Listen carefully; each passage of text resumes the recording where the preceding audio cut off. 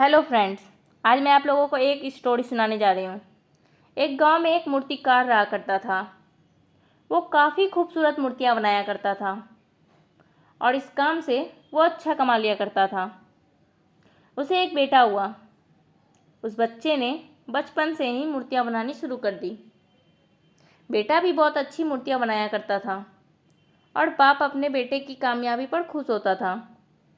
लेकिन हर बार बेटे की मूर्तियों में कोई ना कोई कमी निकाल दिया करता था। वो कहता था, बहुत अच्छा किया है, लेकिन अगली बार इस कमी को दूर करने की कोशिश करना। बेटा भी कोई शिकायत नहीं करता था।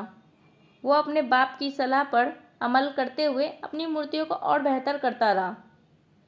इस लगातार सुधार की वजह से बेटे की मूर्तियाँ बाप से भी अच्छी बनने लगी और ऐसा टाइम भी आ गया कि लोग बेटे की मूर्तियों को बहुत पैसा देकर खरीदने लगे, जबकि बाप की मूर्तियाँ उसकी पहले वाली कीमत पर ही बिकती रही। बाप अब भी बेटे की मूर्तियों में कमियां निकाल ही देता था, लेकिन बेटे को अब ये अच्छा नहीं लगता था और वो बिना मन के इन कमियों को एक्सेप्ट करता था, लेकिन फिर भी अपनी मूर्तियों में सुधार कर ही देता था।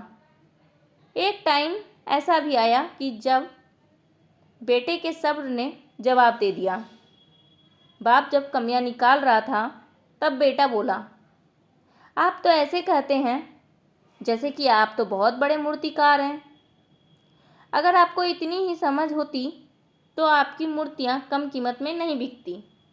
मुझे नहीं लगता कि आपकी सलाह लेने की मुझे ज़रूरत है।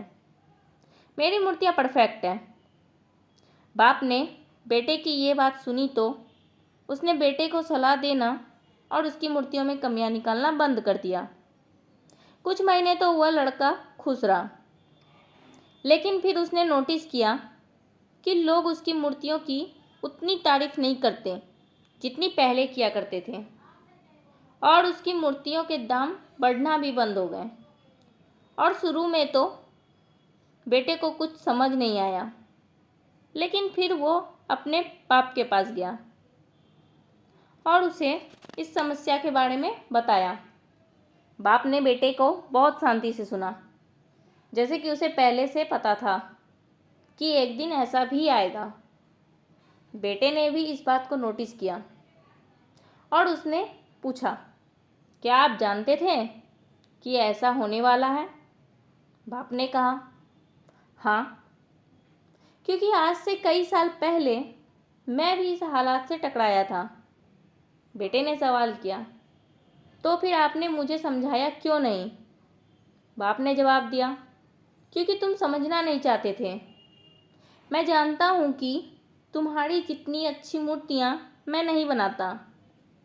ये भी हो सकता है कि मूर्तियों के बारे में मेरी सलाह गलत हो, और ऐसा भी नहीं है कि मेरी सलाह की वजह से कभी तुम्हारी मूर्ति बेहतर बनी हो। लेकिन जब मैं तुम्हारी मूर्तियों में कमियां दिखाता था तब तुम अपनी बनाई मूर्तियों से सेटिस्फाई नहीं होते थे। तुम खुद को बेहतर करने की कोशिश करते थे और वही बेहतर होने की कोशिश तुम्हारी कामयाबी का कारण था। लेकिन जिस दिन तुम अपने काम से सेटिस्फाई हो गए और तुमने ये भी मान लिया कि इसमें और बेहतर होने की गुंजाइश ही नहीं है, तुम्हारी क्रोध भी रुक गई। लोग हमेशा तुमसे बेहतर की उम्मीद करते हैं और यही कारण है कि अब तुम्हारी मूर्तियों के लिए तुम्हारी तारीफ नहीं होती, ना ही तुम्हें उसके लिए ज़्यादा पैसे मिलते हैं। बेटा थोड़ी देर चुप रहा, फिर उसने सवाल किया, तो अब मुझे क्या करना चाहिए? बाप ने एक लाइन में जवाब दिया, अनसेटिस्फाई होना सीख लो। मान लो कि तुम में हमेशा बेहतर होने की गुंजाइश बाकी है। यही एक बात तुम्हें हमेशा आगे बेहतर होने के लिए इंस्पायर करती रहेगी, तुम्हें हमेशा बेहतर बनाती रहेगी। दोस्तों, अगर हमारा ये वीडियो पसंद आया हो तो प्लीज़ लाइक और सब्सक्राइब ज़रूर करें। Thank you.